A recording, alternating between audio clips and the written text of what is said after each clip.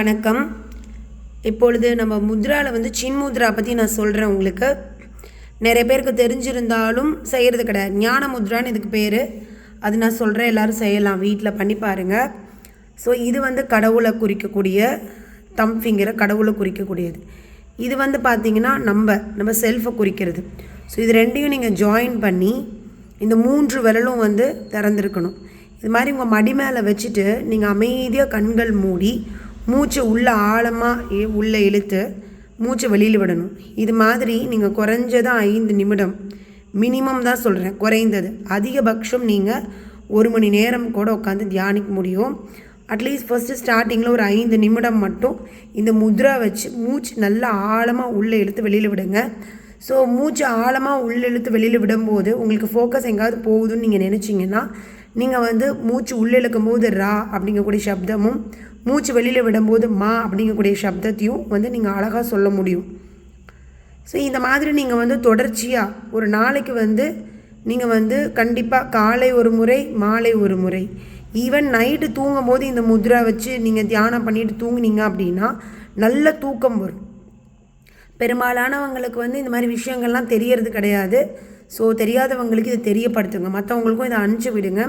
So இது வந்து கிருஷ்ணா வந்து சொல்கிறார், என்னை நினச்சி அபியாசம் எனக்கு கௌந்தேய வைராகி நினச்ச கிரகியத்தே, என்னை நினச்சா அபியாசம் பண்ணி ப்ராக்டிஸ் பண்ணி தியானம் பண்ணி பழகு. தயவு செய்து தியானம் பண்ணு, தியானம் பண்ணு. நல்ல உணவை எடுத்துக்கோ. நாத்தியஸ்தனஸ்தி யோகோஸ்தி ந சைகாந்தம் அஷ்ணதக. கிருஷ்ணா வந்து ரொம்ப அழகாக சொல்கிறாரு, அதிகமாக சாப்பிடாத, குறைவாக சாப்பிடாத, அதிகமாக தூங்காத, குறைவாக தூங்காத, எல்லாத்தையும் மிதமாக வச்சு தியானம் பண்ணி பழகு. தியானம் பண்ணி பழகணுன்னா பகவான் கிருஷ்ணன் நிறைய விஷயங்கள் சொல்கிறார். முதுகு நேராக வச்சுருக்கணும், கண்கள் மூடி அப்படியே உங்களுடைய ஃபோக்கஸ் ஃபுல்லாக புருவமதியை கொண்டு வரணும், பகவானை நினைக்கணும் அப்படின்னு சொல்லிட்டு நிறைய விஷயங்கள் வந்து உங்களுக்கு சொல்லிக்கிட்டே இருப்பார்.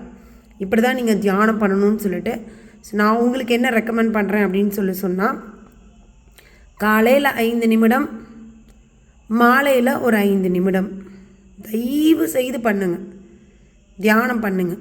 தியானம் பண்ணலைன்னு வச்சுக்கோங்களேன், உங்களுடைய உடல் மனம் எல்லாமே வீணாக போன மாதிரி ஆகிடும். அதனால் தயவுசெய்து தியானம் பண்ணுங்கள்.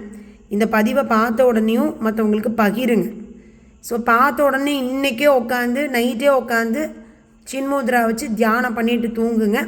நாளைக்கு காலையில் எப்படி இருக்குது அப்படிங்கிறது நீங்களே சொல்வீங்க. உங்களோட பகிர்தல்களை உங்கள் கமெண்ட்ஸில் வந்து நீங்கள் போடுங்க. உங்களுக்கு எப்படி இருந்துச்சு, தியானம் பண்ணிங்களா இல்லையா, பண்ணி பார்த்துட்டு கூட நீங்கள் உடனே பண்ணி பாருங்கள். கண் மூடி இந்த முத்ரா வச்சு மூச்சு ஆழமாக உள்ளே இழுத்து வெளியில் விட்டு மூச்சு மட்டும் ஃபோக்கஸ் பண்ணுங்கள். நான் ஏற்கனவே சொன்ன மாதிரி மூச்சு ஃபோக்கஸ் பண்ணுறதுக்கு 2 விதம் இருக்குது. மூச்சு மட்டும் ஃபோக்கஸ் பண்ணலாம்.